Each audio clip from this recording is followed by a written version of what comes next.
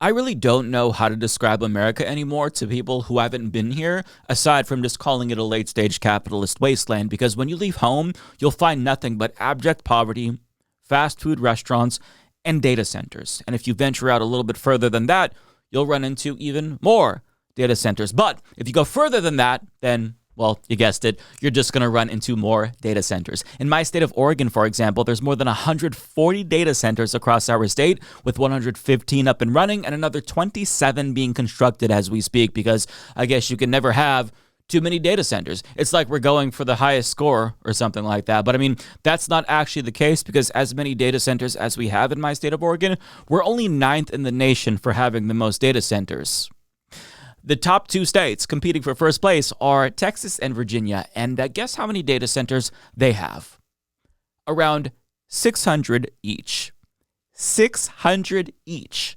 It doesn't matter that 71% of Americans, according to a Gallup poll, oppose data centers in their cities because they're a strain on local resources and they cause the cost of electricity to skyrocket. It doesn't matter. States and cities are going out of their way to entice big tech companies to build as many data centers as possible by offering them property tax exemptions and other goodies, because the possible short-term boon to their local economies gives them something to brag about to their constituents. And by the time that all of the temporary construction jobs dry up and the long-term negative effects start to set in on the community, the politicians who approved these projects will already have moved on to their next ventures, perhaps as lobbyists or to a statewide office. And regardless of how absurd it's getting, the construction of new data centers isn't slowing down anytime soon. In fact, it seems like they're speeding up, and they're building bigger data centers. Less than a year ago, Meta's billionaire CEO Mark Zuckerberg announced a $10 billion data center in Richland Parish, Louisiana, that'd be the size of Manhattan once it's completed.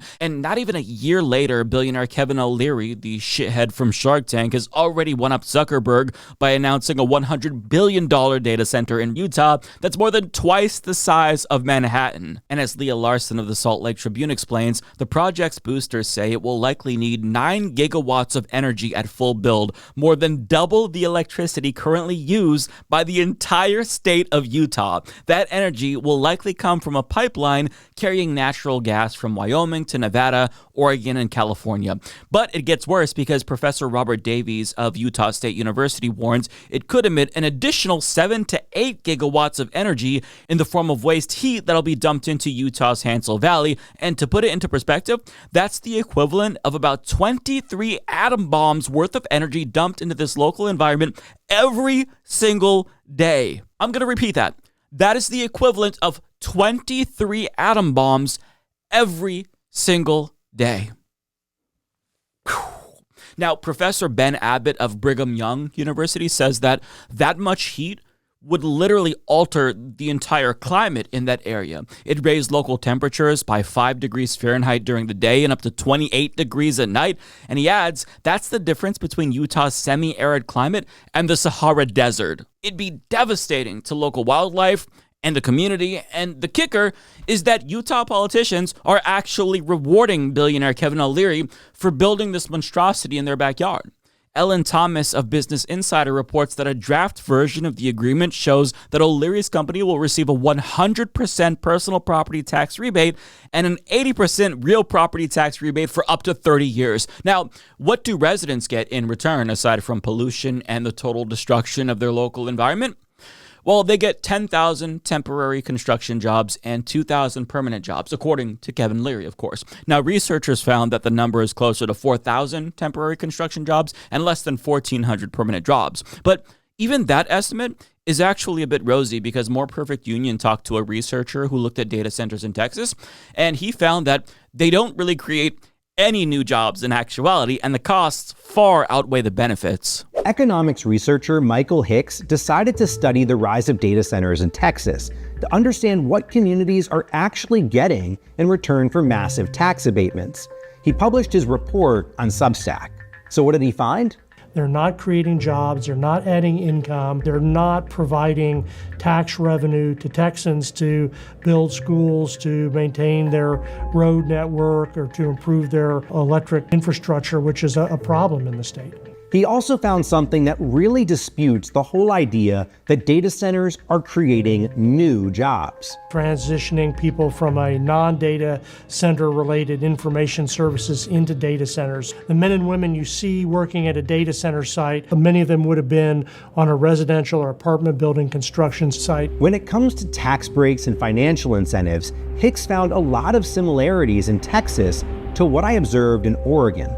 Do I have enough safe school buses to get my kids to school? Do I have enough police officers patrolling downtown? Do I have good water and sewer protection? These are things that Texans have to be concerned with, as residents around the country do. It doesn't really pass the common sense test, much less the benefit cost test for most local communities. Well, hey, if it's spreading police forces thinner, then that's one benefit you could say to having all these data centers. But his overall point is that even the temporary jobs that they're supposedly creating, that's a bit of a ruse, because people who are already doing construction are simply moving from one project to another.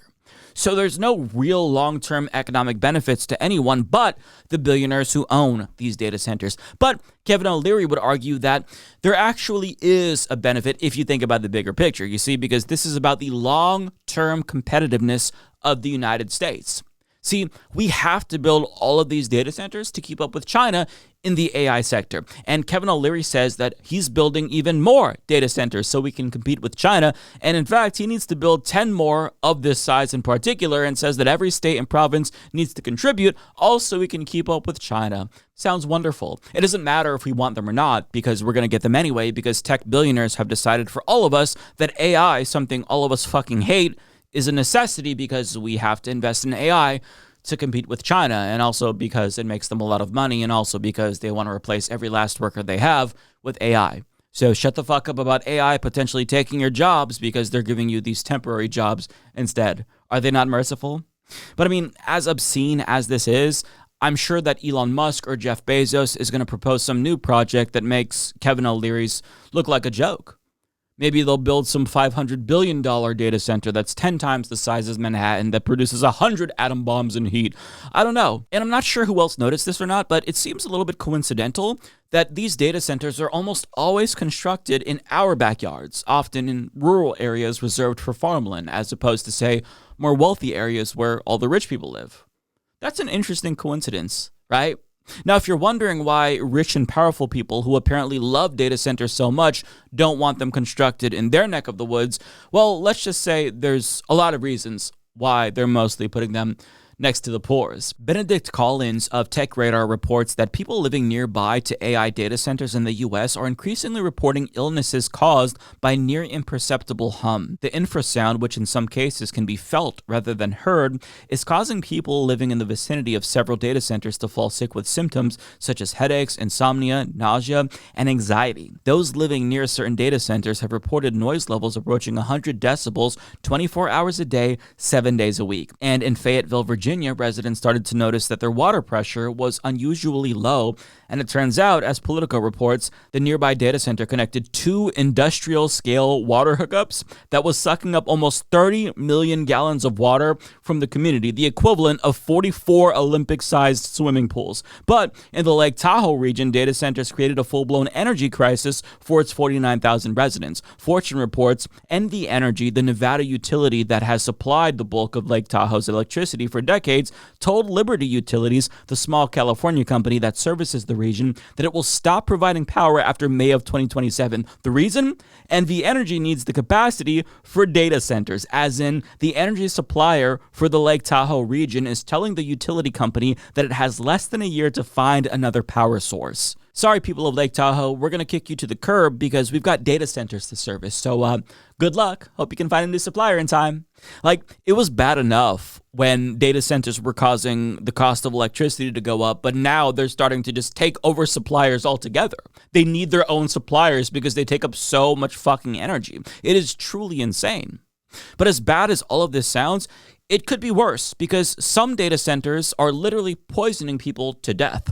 For example, Elon Musk essentially built a makeshift power plant to run his data center in Memphis that's used to power Grok. his AI Nazi bot that identifies as Mecha Hitler and pontificates about white genocide and generates CSAM. And Elon Musk lied about the project and skirted regulations in order to build it as quickly as possible, which he was lauded for. Like he was some kind of a genius for doing this. Now, the report we're about to watch from More Perfect Union explains the consequences of this so-called feat of human ingenuity, and it is truly, truly devastating. XAI made a deal with the local electric company for 150 megawatts of power and agreed to build a new substation to help meet that demand. But Musk's ambitious plans suggested he would need much more power than that, and fast. Soon, people started to notice some unusual structures outside the facility. From the road, Keyshawn and others could see a row of machines that are typically only used for remote or emergency operations. Mobile gas turbines. I have never seen portable turbines used like this. Well, first off, these are expensive. There's a turbine shortage nationally. You don't obtain these turbines and put them on site if you're not intending to operate them. So Patrick and his team sent the photographer back out with a high-end thermal camera. What we saw is 33 of the 35 were very clearly operating. The turbines were capable of generating about 420 megawatts of electricity, enough to power around 300,000 homes. They've built a power plant out there. And they've done it overnight, no air pollution controls, quick and dirty, no permit. I mean, what you've done with the cluster in Memphis is incredible. Just in a handful of weeks. Any given thing can be sped up. Yeah. Easter Knox lives just over a mile from XAI. I really wasn't getting the fresh air. I was getting that pollution that was mixed in with everything. You know how you light your stove and that gas seeps with the little ticking noise? That's what it smelled like. Alexis Humphreys grew up here, one street away from Easter. When I smelled it the first time, I was asleep. Last year, Alexis lost her grandfather, who struggled with a respiratory illness called chronic obstructive pulmonary disease, or COPD. COPD is a breathing condition, but you don't get it unless you smoke cigarettes. And my granddad didn't smoke cigarettes, but every 3 weeks or so, my granddad was going to the hospital. He would have to get breathing treatments. I have asthma, bronchitis. My mom have just bronchitis, and now my granny has it. You can't hardly breathe. It's just like your whole world is collapsing down on you, and it's frightening. Easter and her husband have also developed COPD. What does it feel like? Feel like you're fixing to die. The area around XAI leads the state in emergency department visits for asthma. Memphis has one of the highest rates of toxic air releases of any American city, and many of its most polluting facilities are in this neighborhood. In just 1 year, XAI has blown past existing polluters. They're emitting somewhere between 1,000 and 2,000 tons of NOx. I'm an air pollution guy, so I deal in those numbers all the time, and that's larger than anything else in Memphis. Gas turbines like these release three main types of deadly pollution: nitrogen oxides, formaldehyde, and fine particulate matter. Nitrogen oxides combine with other pollutants to form ground-level ozone, which causes and worsens asthma and COPD. Formaldehyde causes cancer, and particulate matter, airborne soot, can pass through your lungs and into your bloodstream, causing heart disease. So the power source that's fueling Elon Musk's data center for Grok is allegedly killing people. And around the time that people were really starting to connect the dots and realize that it was the on-site power plant for this data center that was causing so much harm, Elon Musk was already running Doge, and he was gutting the government agencies that were supposed to be regulating companies that do shit like this.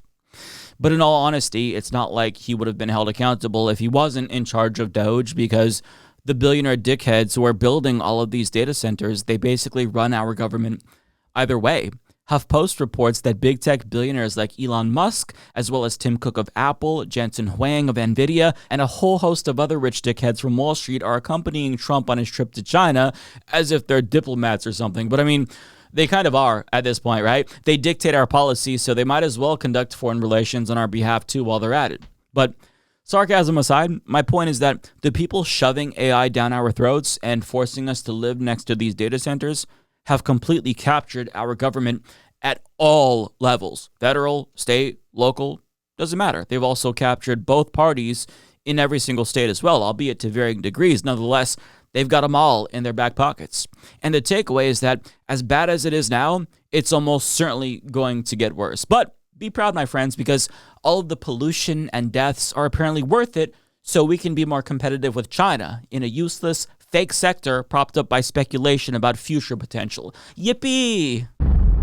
Luigi not happy.